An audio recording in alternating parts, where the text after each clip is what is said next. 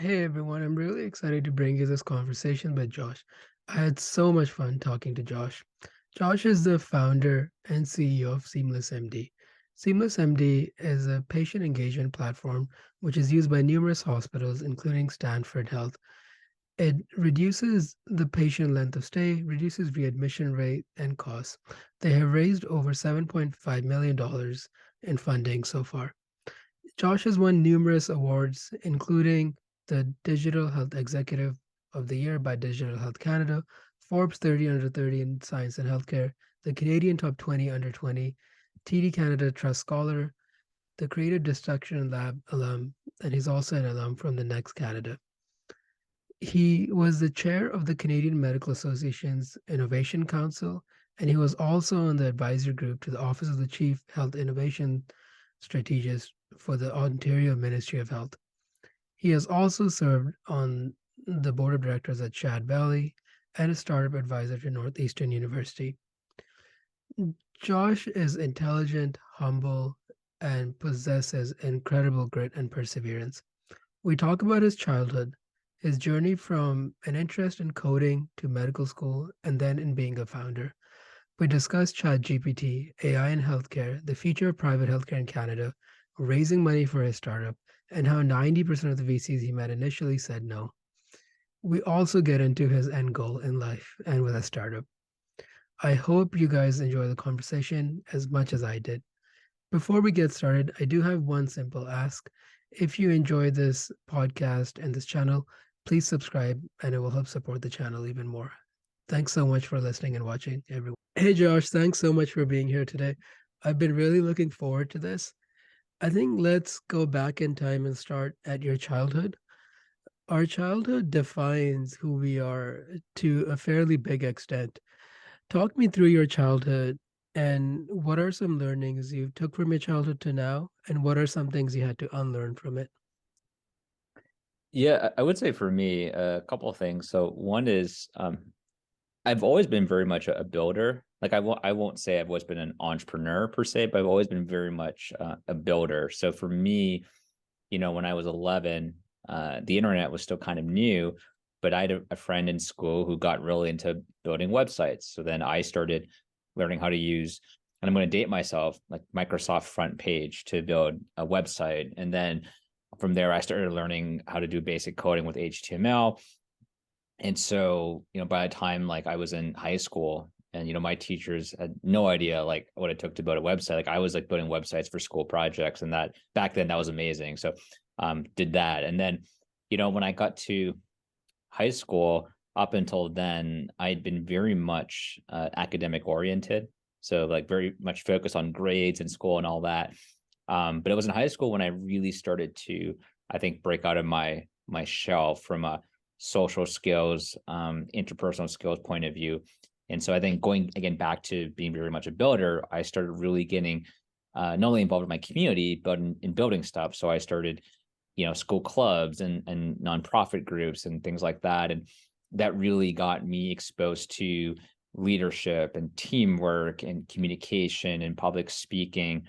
Um, and so I think I, went into school being very academically inclined and then graduated still, I mean, caring about academics, but becoming much more of a well-rounded person. And then going from there. Interesting. I'm trying to put you in a box, and maybe I shouldn't because I'm finding it incredibly difficult. As you said, you're a builder. You look at things as a builder would from first principles, breaking things down, but you're also getting to public speaking, which and trying to fit socially. Those are two different people in most people's eyes. How did you go about marrying the two? And which one do you enjoy the most? Do you enjoy the socializing, public speaking part of your life, or do you enjoy the solo work, building part of your life? It's funny. I enjoy both for different reasons. So I think, I very much like the, let's call it the 0 to 1 phase of building things. And I think, building websites was going from 0 to 1 as a solo, individual creator, let's say. And I would say where things like public speaking and teamwork and leadership come in is how do you go from 0 to 1 as an organization, right? So when I started getting into like, hey, let's build a school club to solve this problem, or this nonprofit group. Well, it's not about just me anymore, right? You have to interact with teammates. You have to sell other people on a vision for why you're starting this club. You have to start, convincing other people in the ecosystem to support your vision. And so then to go from 0 to 1 and build a team or an organization, then you have to develop all those other skills. And certainly today, like building a company, I would say I'm spending a lot more time building from a social interpersonal point of view, and not so much from an individual point of view. But actually, even then, we'll get to this later, but when we started my company SeamlessMD with a very small team of 3 founders initially, a lot of going from 0 to 1 was individual work. And then now that we're at almost 40 people, a lot of my work now is interpersonal communication, teamwork, etc. Yeah, I completely agree. I was surprised how much of building a startup, and my startup was fairly small, 10 people, is managing people and how much time that took. Let's talk about hiring, and let's look at it from a frame of structured decision making versus intuition.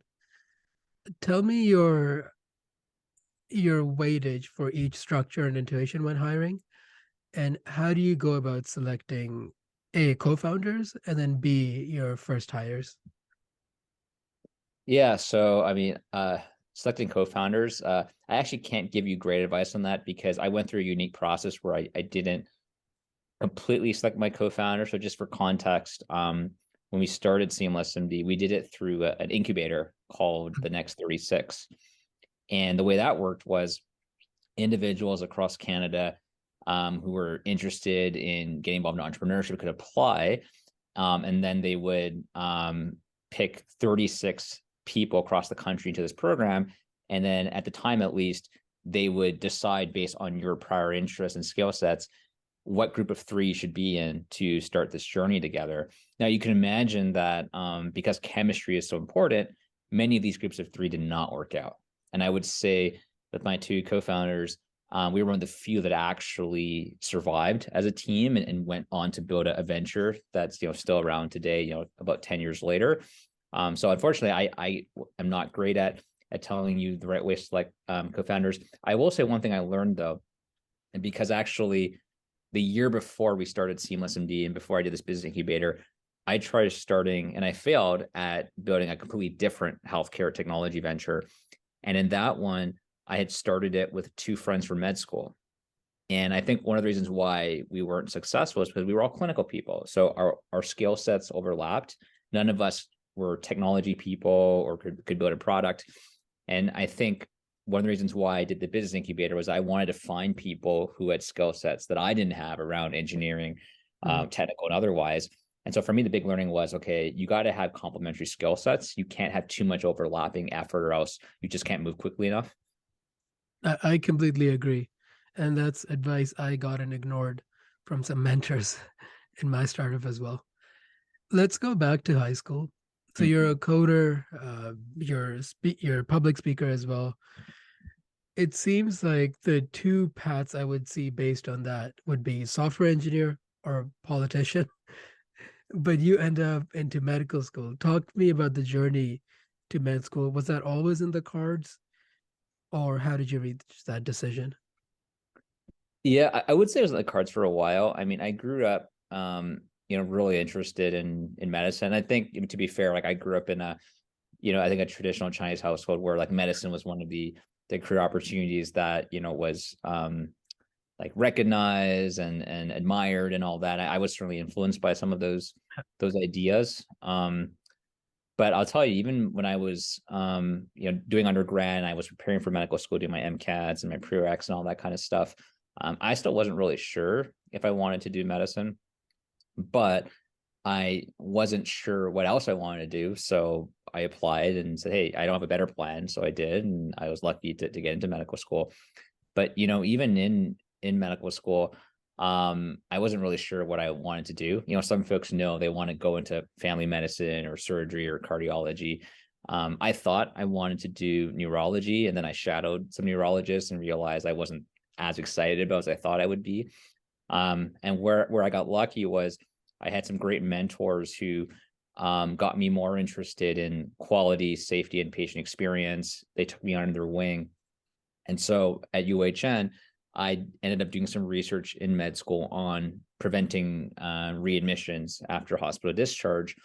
And I became from there very passionate about that topic and quality and safety. And ultimately, trying to solve the readmissions problem led to me, starting SeamlessMD, which we can get to later. And so it's funny because I never planned to go into healthcare tech entrepreneurship, but if I hadn't done medical school, there's no way I would have kind of gone on this path in the first place. What advice do you have to medical students who want to follow in your footsteps? I'll tell you, it's funny. There are a lot more medical students nowadays who are very interested in this atypical career path. The advice I always give folks in med school is like, number one, it's totally normal if you don't know what you want. You don't know what specialty you want. In fact, you might change your mind after you start it. So there's no sure thing. I always tell people the important thing is to follow your curiosity and see where that leads you. And that means if you get curious about something, read more about it, shadow, do research on it, go to a conference, work on a project there. And either you'll find out that you actually really are curious about it and you'll keep doing more in it, or you'll realize that you don't like it and you can cross off your list. But just keep following your curiosity. And that's what I did, right? Like I was curious about readmissions, and then I was curious about startups. And then, like by chance, and by the way, it didn't always work out. Like I had a failed startup and then another one that's still around today. And so if you follow curiosity, I feel like you'll get to a good place. And did you do a residency, Josh? I did not. So I actually, so I'd gotten into family medicine residency in Toronto. And what happened was that normally starts, July 1st, right? The incubator that I had started doing in my last year of med school for SeamlessMD, that incubator ran until the end of August. So originally my residency program said, okay, well, like just start September 1st. I said, great. Yeah. And then as we got to the end of August, they said, well, Josh, like, what do you want to do? Do you want to do like 50-50 time between residency and Seamless? Do you want to do 90-10 time? They were incredibly supportive. But what I decided was that I didn't think I could do two things really well. And then I didn't want to do two things, with that, half effort. And so I said, hey, you know what? I want to see where the SeamlessMD thing goes. How about we talk again in a year? And then, maybe we'll be dead by then. Maybe it didn't work out, or maybe I'll do something else. And then basically every year for several years, I would come back and they would say, well, Josh, are you coming back to residency? And I would say, well, no, because I still want to see where this is going. It's still growing. And then at some point, they were so generous. Like after 5 years, like they were like, hey, Josh, we can't keep this annual thing going anymore. Are you going to come back or not? And I was like, I'm so grateful for all the opportunities you gave me, but I'm just so all in on this. There's no way I could, do this part-time or anything. So there you go. That is a fascinating answer and a very brave decision from my perspective. What advice do you have to yourself as a med student if you were to go back in time? Yeah, I don't know if there's too much I would change. I think one of the things I've come to believe is that my situation now is a result of all these compounding experiences, right? And so even if I think I could go back in time and optimize something, that actually might change the outcome in a way that may not have been necessarily a good thing for me. I do think, that being said, though, I do wish I'd spent more time probably learning other skill sets that would be relevant to what I'm doing now. So for example, I know enough technology stuff that I can speak to SeamlessMD, but I kind of wish I was more technical in some ways. I wish I had a better technical mind. And so I think going back, given that, like, I always believe that as you get older, your schedule to do things gets smaller in terms of like your daily time window. I feel like I had more time back then to explore stuff. So I wish I had spent more time like learning more basic technical skills around like coding and development or just technical architectures. Because now I'm just like either too lazy or just too busy to have a more technical foundation. But I wish I spent more time learning about technology back then. Do you think with the rise of ChatGPT writing code to an extent, poor code from what I know, is are the new coders people who are using no code tools or AI to write their code? Or what is the market like for software engineers of the future, you think? Yeah, I mean, two was either going to talk because I'm again, I'm not technical, so I don't really live in that world from a software development point of view. Um, I don't. I think it's likely, and I think people have used this phrase already, where it's like, ChatGPT or AI in general is not going to, I think, replace a lot of what humans do. But I think Mm. those who use it will have an advantage. So you might as well learn how it could benefit you. So I think to your point, there may be a lot of repetitive tasks that similar AI tools could use to streamline development.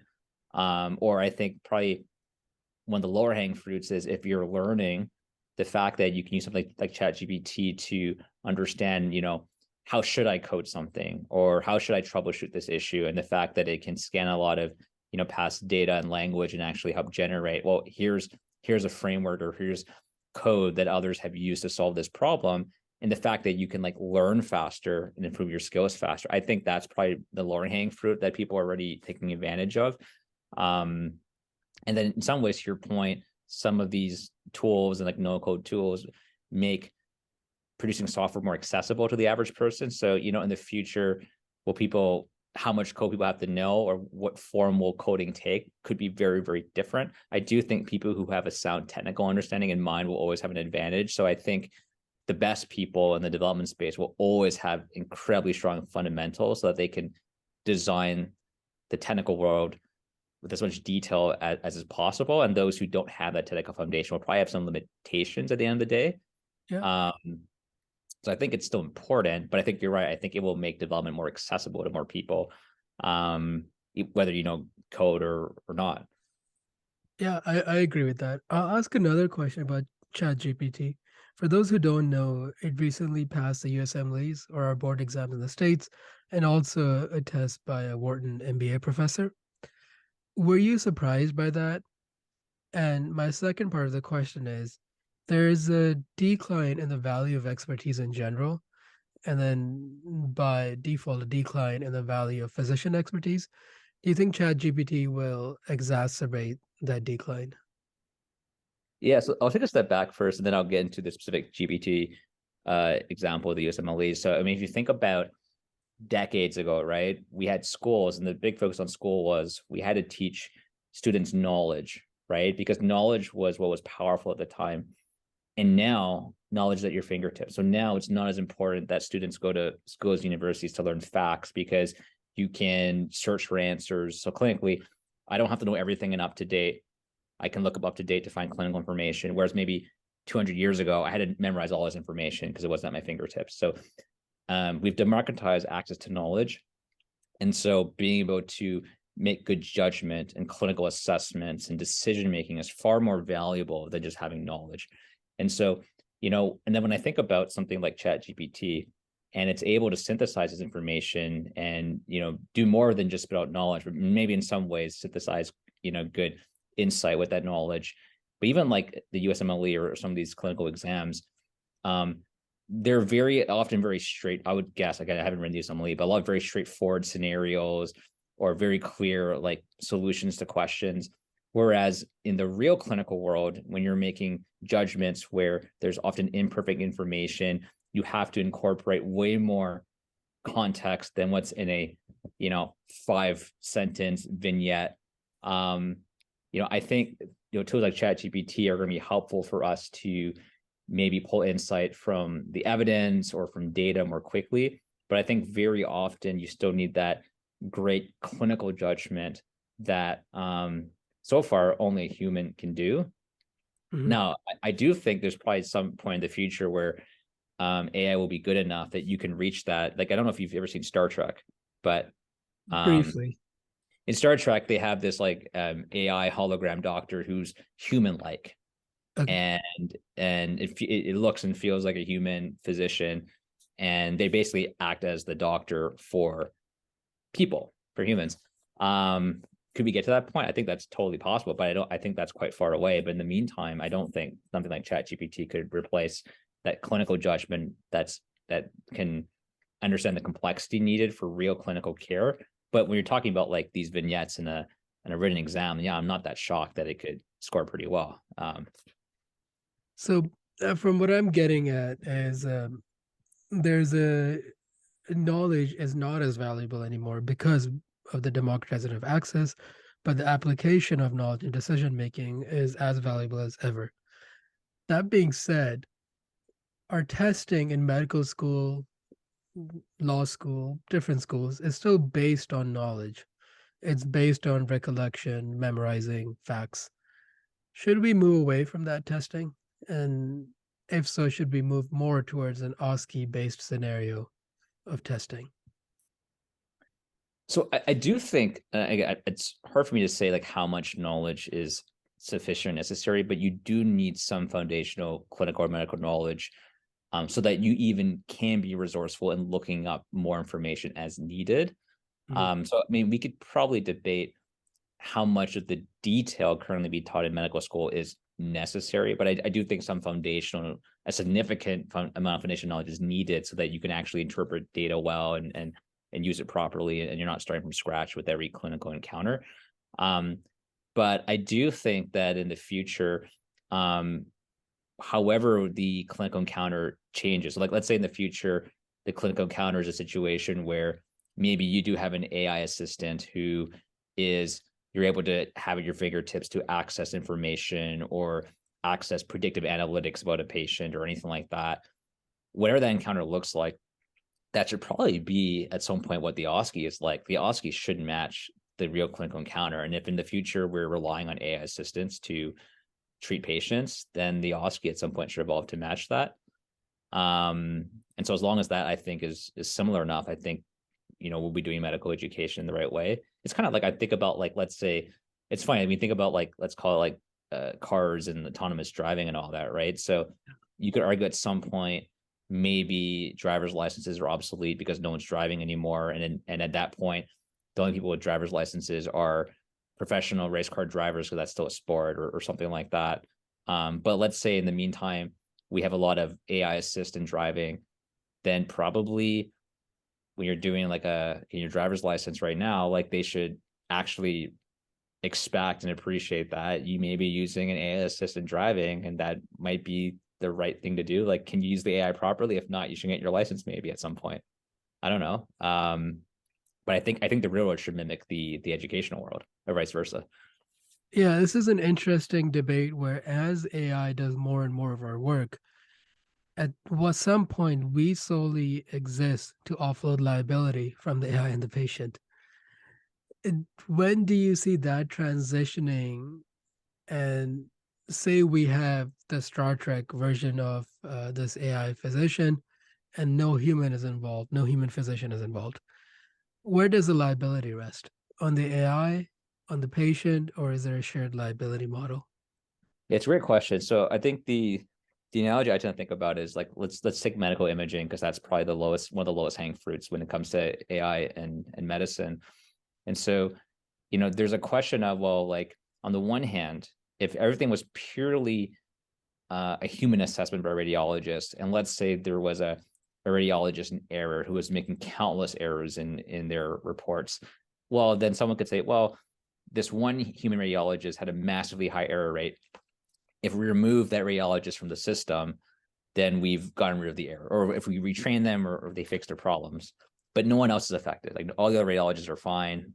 Whereas if you had an algorithm, an AI model for radiology that had errors, then every image is read incorrectly, and the massive scale of that impact is bad until you fix that problem. And I think that's where people get worried about AI, thinking that yes, benefits get scaled, but so do errors. The way I look at it is like, what is the total error rate or the total benefit? And so, for example, even if an AI model and imaging does have errors, but if it in aggregate has fewer errors, first of all, the error rate would be zero, right? So I think people keep thinking that AI is going to be perfect. Well, humans are imperfect. The human radiology error rate is not 0%. I hope it's small, but it's not 0%. So in the same way, to think that AI would be 0% is flawed thinking in the first place. It's even humans can't get to 0%. But if the total error rate from an AI is lower than the human error rate in aggregate and as close to 0% as possible, I think that's actually a good thing, and we should strive to get closer to 0%. And if AI gets us closer, that's better. On the liability question, then the question I have is like, well, at the end of the day, the software is an assist, but at the end of the day, like the healthcare system should own the outcome, right? So, for example, if we're the system has to, the healthcare system has to decide, is the AI good enough or so much better than us that we shouldn't have humans looking at it at all? Or to your point, should AI be an assist that just lets us do more at scale? And at the end of the day, it's like, and I don't know the legal stuff, so there's probably something in law that decides when liability passes off from a provider to technology. There's probably some precedent set in law, Yeah. and probably at the end of the day, both parties get sued or in trouble. To be honest, that's probably what really happens, and then they end up negotiating who takes more blame than the other. But I think ultimately, like the provider has to decide the level of risk they're comfortable with and how much confidence they have in the AI. But yeah, there's probably some legal precedents there. That's a good question. Yeah.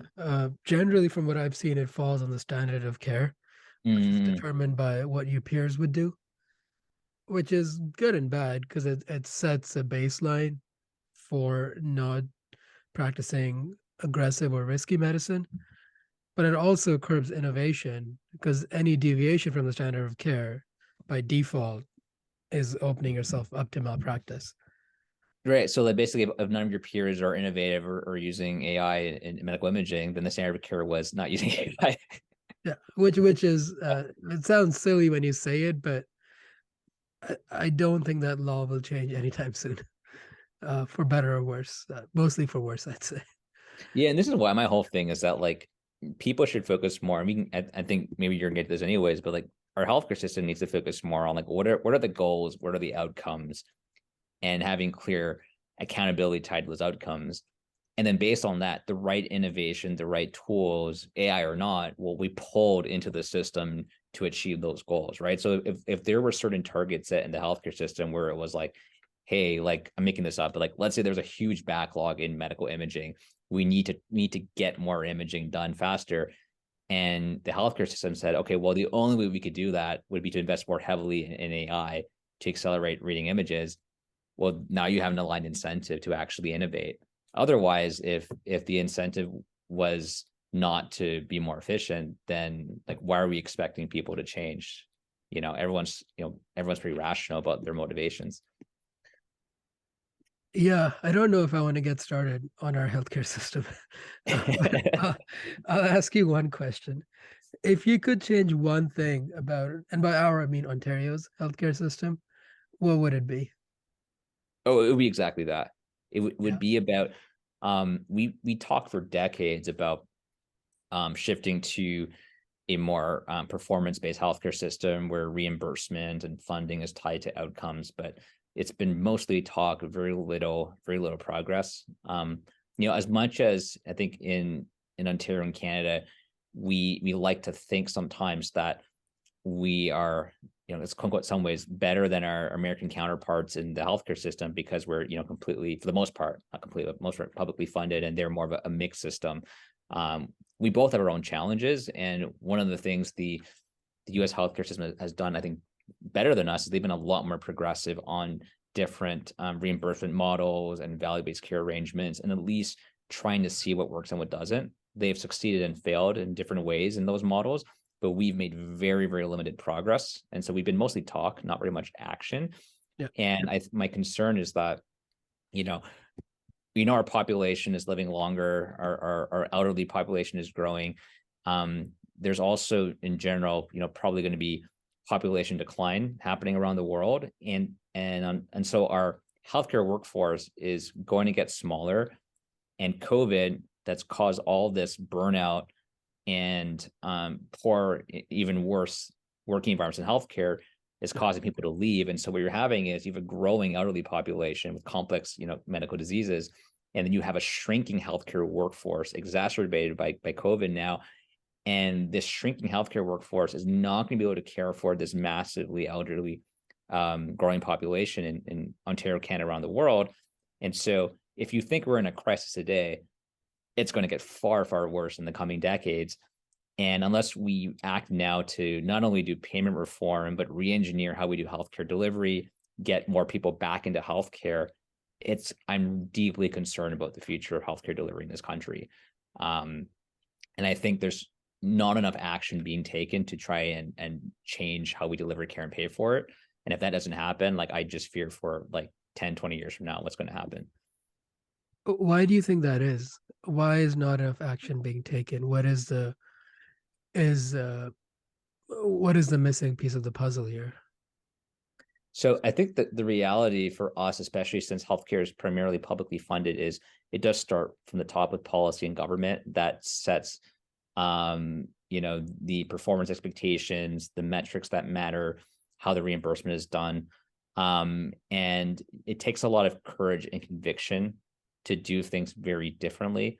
I mean, I think, to be honest, like if you did a lot of payment reform, you're probably going to upset a lot of physicians in particular who, let's be honest, when you're paid on a fee for service basis where performance doesn't really matter besides volume, it's Yeah, kind of a pretty good situation to be in, right? I mean, in any other industry, let's say in business or anything else, if you don't perform, if your organization can't hit targets, you could go out of business, right? In healthcare, we tolerate so much. And in fact, we are, frankly, I think your highest performing providers and organizations that are delivering the best care at the lowest cost, yeah, you should probably be paying them better. And the ones who aren't, you should be paying them less and create an incentive structure where better performance is rewarded. But we don't have that here. There's a lot less of meritocracy in healthcare delivery. And I frankly, like, for most people, that's probably a pretty good thing, maybe. Like who wants the added pressure of having to achieve better health outcomes, you know? yeah. I think as this idea gets confused sometimes about democracy and meritocracy, and they're different things. The best ideas are not often the most popular ones or the most democratic ones. The one thing I will add to the value-based care, and I'll go based on Adam Grant's framework. I'll add him to my defensive corner. Um, is the way we measure value should be the process, not solely the outcomes, because poor processes can create good outcomes. And if we solely focus on the outcomes, we incentivize perverse processes. And weight loss is a good example where if you incentivize just a strict BMI, people will starve themselves. You incentivize exercise, healthy eating. So I'll just leave that as a statement. This is a good point to get into. Is medicine a calling or a job? And if it's a calling, how do you know?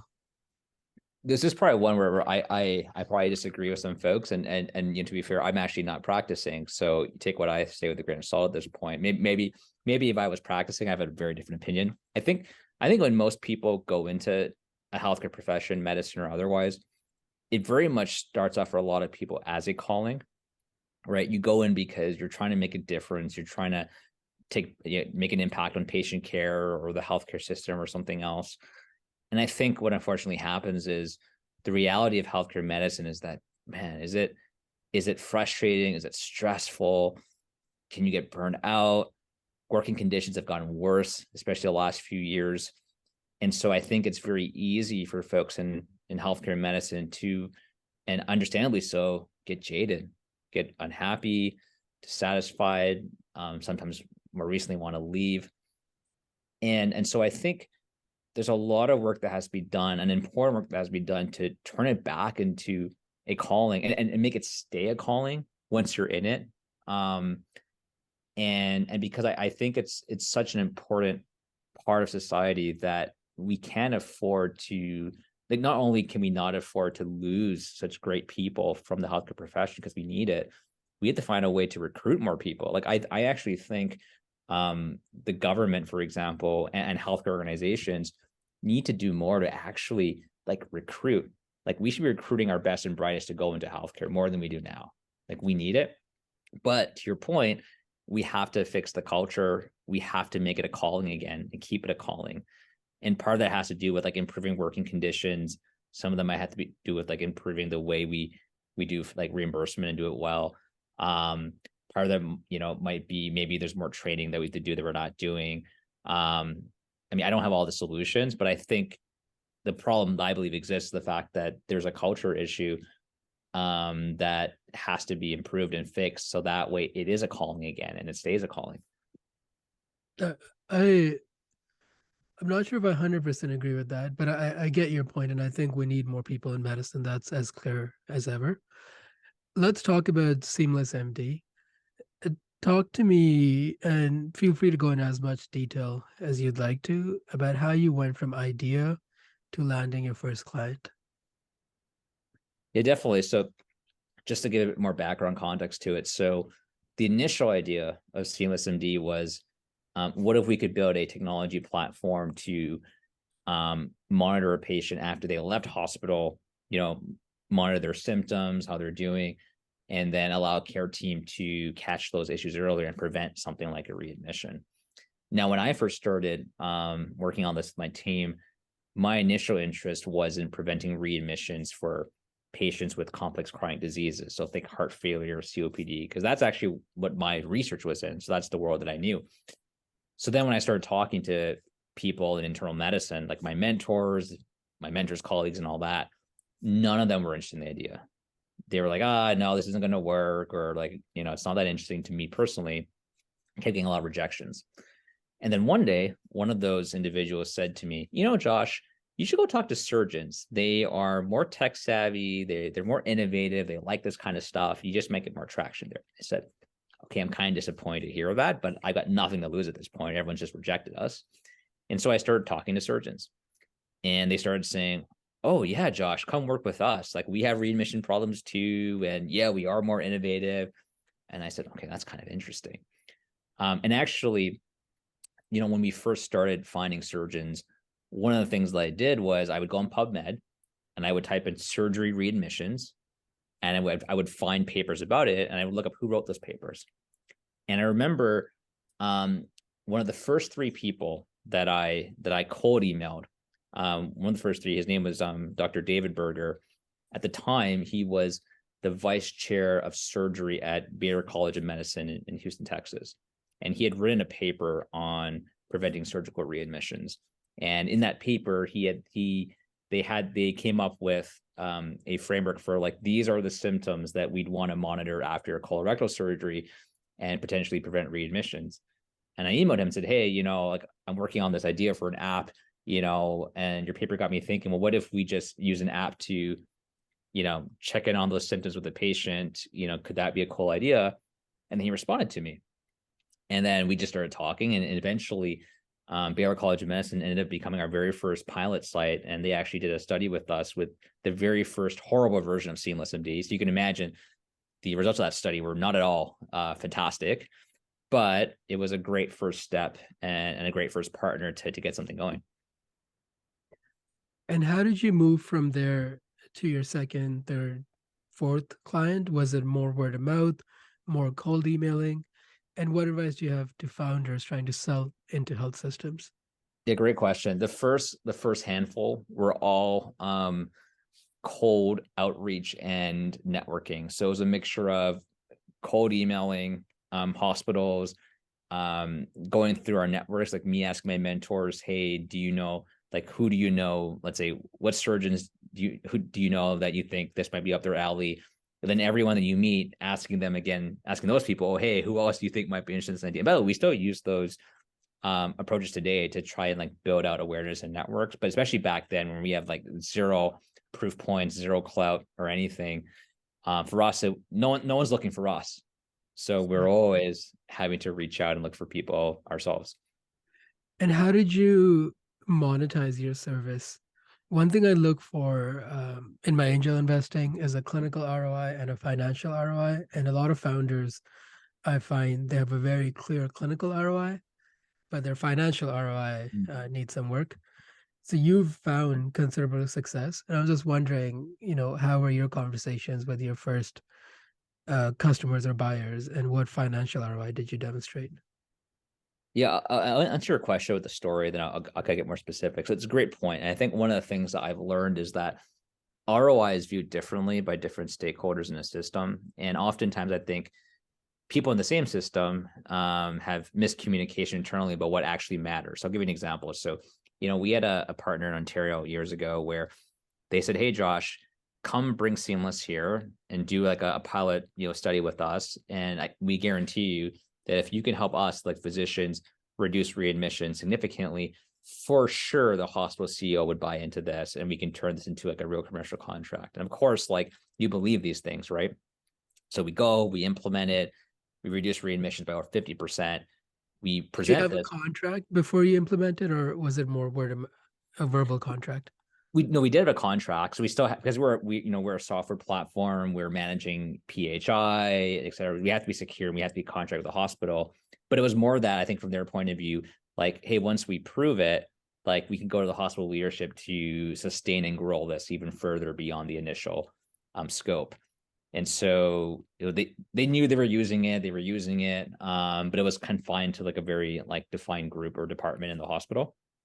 So then we measure the results, we cut readmissions by over 50%. And then together we co-present the results to the CEO of the hospital.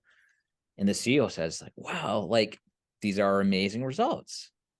But given how, global funding at the time worked in Ontario with hospitals, he said, actually, Josh, if you reduce these readmissions and you save me costs in the readmissions, the government will actually think I don't need as much money in following year's budgets.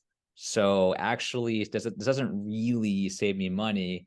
It just means the government thinks I need less. And so there's not a real financial incentive for me to scale this out, even though he's like, yes, this clearly would reduce readmissions further.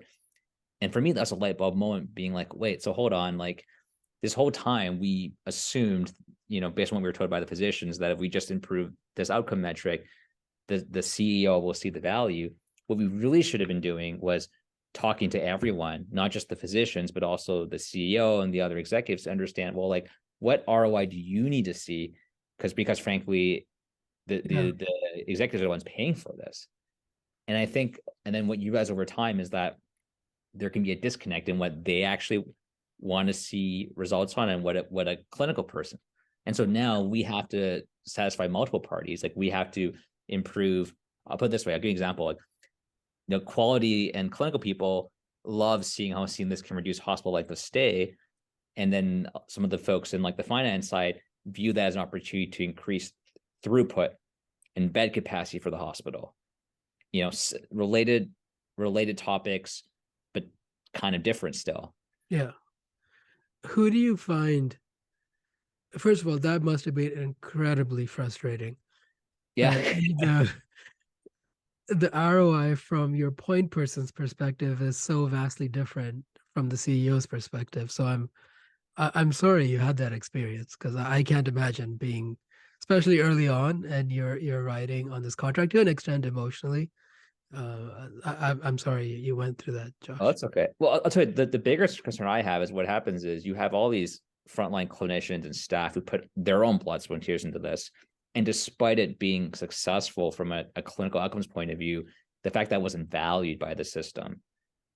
And then that means they're like demotivated to maybe improve quality in the future, or perhaps now they don't believe in digital health because they had this one experience where they put all this effort into it. It worked, did what was intended, and it still didn't matter. That's where I get more concerned for the system. Yeah. And this is different than the States where readmissions are not paid for within 30 days. Is that an accurate statement I made there? It, And it's it's a bit more complicated than that. So it's that for certain, depending on the payer. So for we're Medicare or CMS, the payer, which is the government in the US, and that covers folks who are over 65 years old. They have certain conditions like heart failure, COPD, et cetera, where if the hospital exceeds a certain expected readmission rate, then they get penalties for it.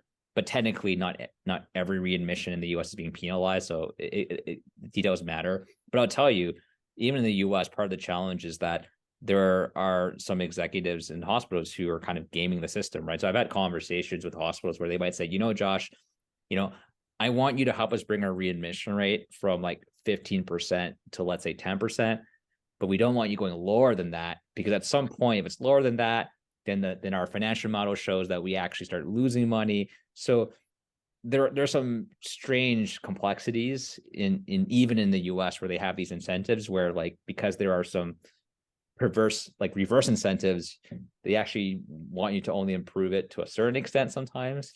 Yeah. What are your thoughts on the Payvidor model outlined in Andreessen's recent paper, where the insurance company is the provider? So the incentives are clear where they want to reduce costs to increase their profits. Now, I know their profits are capped currently in the States. Is that the same in Canada? And then what are your thoughts on the Payvidor model? Yeah, so I don't know too much about the details of that and how it relates to how things stood in Canada, because you had to think in some ways the public healthcare system here is, I guess, not quite prepared. So in the Payvidor model, and correct me if I'm wrong, because I'm not as technically sound on this, but I assume in the Payvidor model, usually the payer also owns the care delivery, right? So if I'm a Payvidor, I'm the payer, I'm the insurance provider, but I also own the hospitals, the physician practices, and the whole care delivery. So it's fully integrated. Whereas, let's say in Ontario, the government publicly funds healthcare, but technically a lot of the care providers here, like the hospitals, are not maybe not technically, you don't technically work for the government. As a family practice, you're your own entity. So I guess you don't really have that here. It sounds very good in theory, right? I'm guessing there are some clear limitations that I haven't really dug into or just yet. But I think it comes down to, like, if you have the right leadership in the organization, I think if you have great leadership that's doing things right, it could work very, very well. I suspect if you have bad leadership, it may Yeah. not be so great. It may not lead to great outcomes for patients. And here's the other thing too, like, are they going to serve every patient in the region? Are they going to hand select patients, right? Part of the benefit of the Ontario healthcare system is that, like, everyone gets served, right? No one's cherry picking their patients, no one's excluding patients, from insurance coverage or anything. So I think in the ideal world, great leadership, fully integrated care delivery and funding model, and you serve every patient in the region so that you have to deliver good care to everyone. Sounds good in theory. Yeah, I think it could work in certain verticals and pockets. And I wonder if primary care should be more direct primary care with direct private pay, and oncology, surgery, more expensive procedures should be covered through a government insurance plan. It seems like the opposite will happen, to be frank with you, where more expensive services will become privatized and primary care will remain public. But no one ever went bankrupt from $50, but they did from $100,000 surgery. Was kind of my rebuttal there. What are your thoughts on private care in Canada? Is it needed? Should it exist? Will it help alleviate our backlog and improve access? And by private care, I mean true private care where patients are paying for care, not the independent surgical centers, which is a whole other conversation. Yeah, so I mean, it's a great question. There's a lot of debate online right now, and I think, the trying to alleviate the surgery backlog with more private surgical facilities is a really hot topic lately.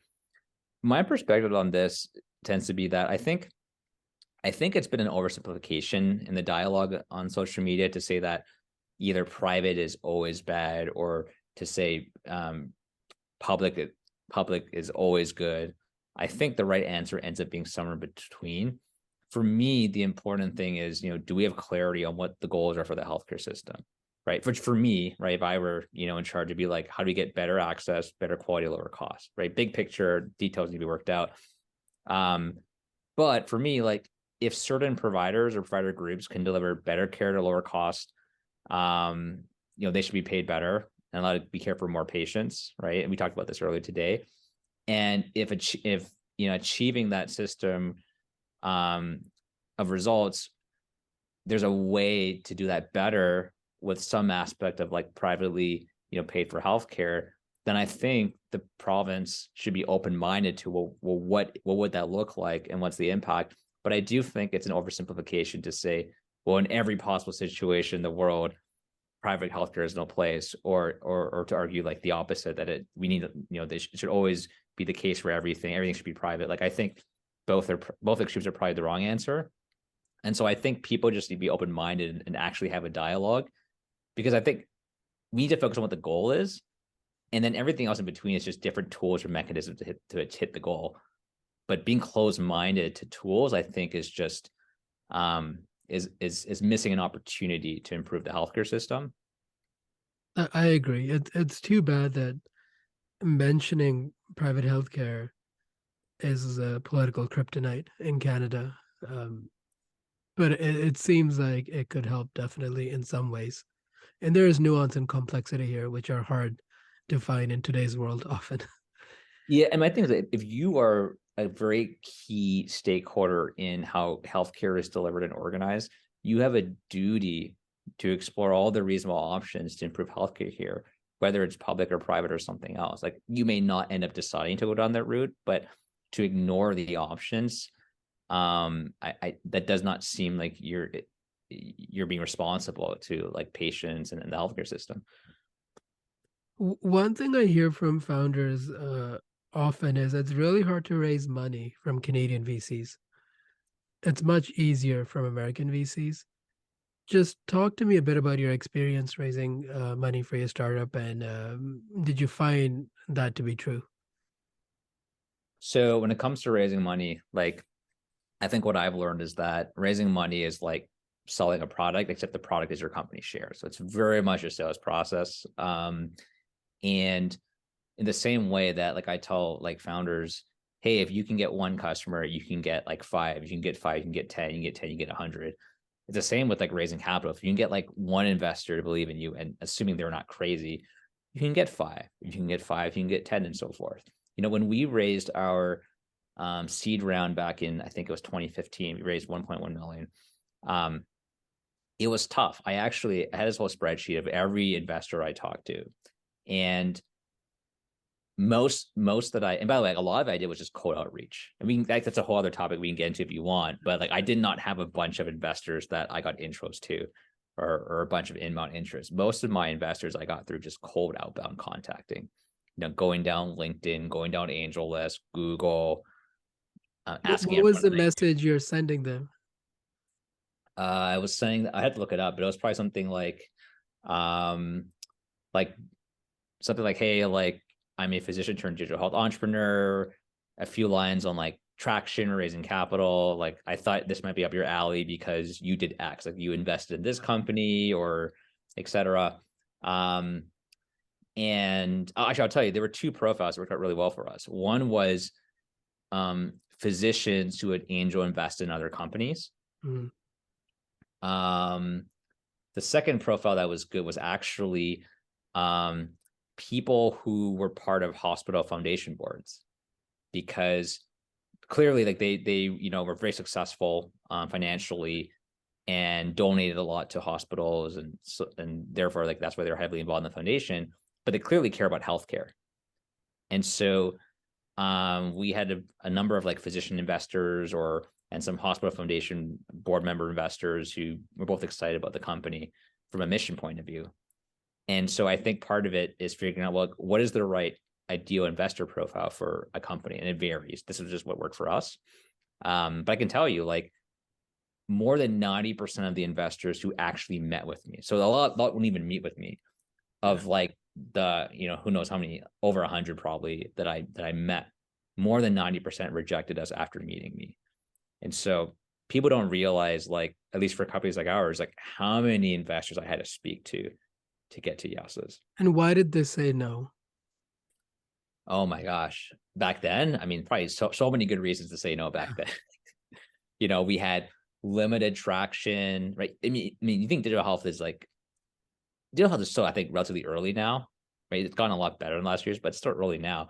Back in 2015, I can tell you, like, it was tiny. Like, Yeah. there weren't a lot of, like, besides the Epics, Asuras, and Meditechs of the world, there were no other major healthcare, like, IT success stories, not many at the time. We had very limited traction, right? We didn't have, all that many probably case studies or anything. So even back then, most people were investing in the vision, the team, and the mission. A lot of people don't want to invest in that. They want traction, they want data. what made you successful? Because the idea to me isn't particularly novel, which means it's the team, the execution, the grit, the perseverance that made it a success. Do you think that's an accurate representation? And why do you think others failed at doing this? Or why did your biggest competitors fail? Yeah, great. I think a couple of things, and I think part of it is how we've chosen to differentiate. So when people ask me, well, like what makes SeamlessMD different? Um, investors want to hear about companies that have some unique moat, maybe like a network effect or something else like that. But my differentiation for the companies is the same as what I tell investors and customers, which is we choose to differentiate in ways that minimize friction to adoption. Because as you know very well in healthcare, it's easy to build the technology. It's very hard to get adoption of new technology. And so, for example, for us, it was investing early on in things like integrations with the major EHRs. It was things like helping our customer partners continue to build out the largest data set of evidence in the industry to give confidence to clinicians that this can work in the healthcare setting. It's finding better and better best practices to train the staff on, and how do you get patients and families adopting this novel technology. And so none of that is like the sexy network effects or moats that an investor cares about. It was Yeah. all about how do we get better adoption and success with our clinical partners. That's what our customers value. They don't care about network effects. They want stuff that works, that patients use, that drive outcomes. And so I think the fact that we really focus on how do we deliver results and minimize friction to adoption, that's what stood out, where a lot of our competitors are focused on like, oh, I'm going to like integrate with like our platform with like Uber, or we're going to do some fancy AI that doesn't really improve something for like the patient outcome, but we want to say that we have AI. Like, who cares about, like, I don't care about that stuff. I want to actually drive value and make adoption easier. I think that makes a big difference. And so our focus is very clear. And I think that shows in our team construction. So about a quarter of our team actually comes from a clinical background of some sort, from pharmacy, or they're from a dietitian or a health communication specialist. You look at all of our typical competitors historically, it was mostly like engineers, business people, like very little clinical people involved. And then that shows in how they interact with customers and providers. There's a disconnect there. That is an invaluable tip, and I completely agree with that. Josh, would you rather have a life full of many successes or chase outrageous goals with massive failures? I think for me, those two are not really like mutually exclusive. So for example, I think a lot of the goals we have for building SeamlessMD are in some ways outrageous, or maybe back then, like even some things that we've done now back then felt outrageous. But along the way, we've had a lot of both mini successes and mini failures throughout our journey. And so I think for me now, it's about like, let's go for really ambitious goals, but we have to celebrate like the mini successes along the way. Yeah, that's what's worked out well for us. What's the end goal for you, Josh? Are you living life in the now, being mindful of everything? Are you still chasing your next goal? And what does 90-year-old Josh want to have accomplished in this life? So this topic reminds me of a great talk that I saw from a gentleman named Jordan Banks. Jordan Banks used to be the managing director of Facebook Canada. And he had this great slide in one of his talks about career journeys. And he talked about how, you know, when he looked back like 10 years ago at the time, and if you had asked him 10 years before, like, hey, like, what do you think you'd be doing 10 years from now? I think it was something like, oh, I'm going to be like a lawyer or something and at a firm and all that. What happened in reality, he zigzagged from like, I think it was law. Then he went to like work for like, it was like eBay or something, and about like Facebook Canada. Like he had no plans to go into like technology, right? But he kept himself open-minded and curious, and, accidentally found his way into a career that he absolutely loved. And so his whole point, which I agree with, is that humans are very bad at predicting the future for ourselves. And so I think for me, I stopped trying to think about like 5 or 10 year goals and horizons. And I tried to focus more on like, what am I curious about? What excites me? And living in that moment, knowing that as long as I'm open minded to great opportunities, I'm going to end up in a great place. even though I have no idea today what that's going to look like. So for example, when I got into like medical school, like did we plan to start SeamlessMD? No. Right. I thought maybe I'd do something entrepreneurial 10, 20 years on the line, but this was never planned. And so when I think about like success in the future, like I don't know what that holds. I do know what matters to me is impact. So when we think about SeamlessMD, for example, our biggest goals are around like how do we get this into more clinical areas, to more health systems, into the hands of more patients, and how do we support not only acute care, but how do we support at some point primary care and community care, the whole continuum. And so for us, our goals are really centered around how do we accelerate impact. And if we do those things, I think a lot of great outcomes will come along the way, whether it's financial or clinical or otherwise. But yeah, like I don't plan in 10-year horizons. So I can't see that well into the future. I'm not that good. So I think that's a good answer. And too many of us get caught up in creating goals and then trying to chase them for the wrong reasons. yeah, I think part of it too is even as a company, I think sometimes, we set goals and then we realize it wasn't really a good goal to set. It's okay to reset, our perspective on it and change the goal. I mean, you don't want to like sandbag and like, change the goal because you didn't perform well, but it's more like the big picture goals. Sometimes they're wrong and we should change them. Do you think healthcare is a good fit for the traditional venture model where they're looking for an exit maximum 10 years? Or do you think venture should extend their timeline or fund horizon to 20 years to fit healthcare? Yeah. So I think the way I look at it now is, well, I'll back up. So first of all, like most companies should not be venture backed in the healthcare or not. Like I think we've seen the last like several years now that there are probably too many companies that got venture funding that frankly probably should never been venture backed in the first place. And I think now that we're seeing the great reset in venture capital, which is probably healthy, and it was important that we end up doing that. And I think probably that is emphasized even more in healthcare when given how healthcare works, there's probably even fewer companies that should be venture backed in healthcare compared to like the general like technology market, let's say.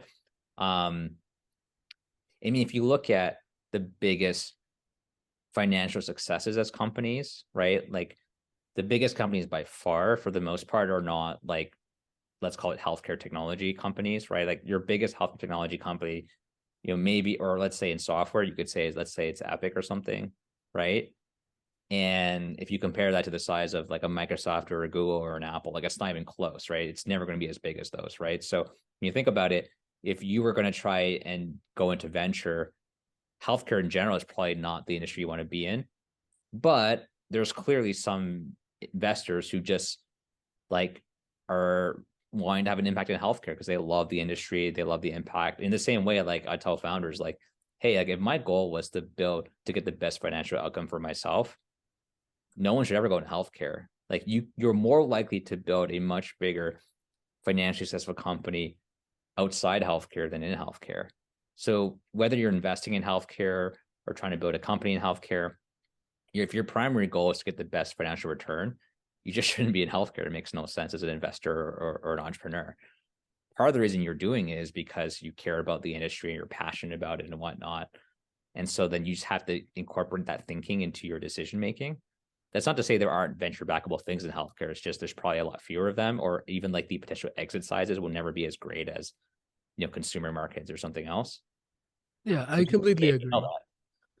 The reason I stick to healthcare for investing is A, I have industry expertise. B, I can actively help my founders with contract sales and give them whatever experience I have.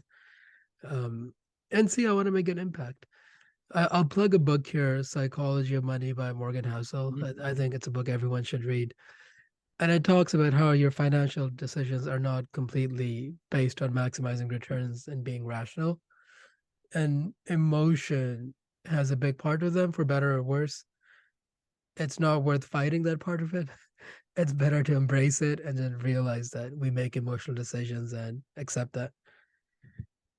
This has been A great pleasure, Josh. I thoroughly enjoyed this conversation, and I hope we can have a part two someday.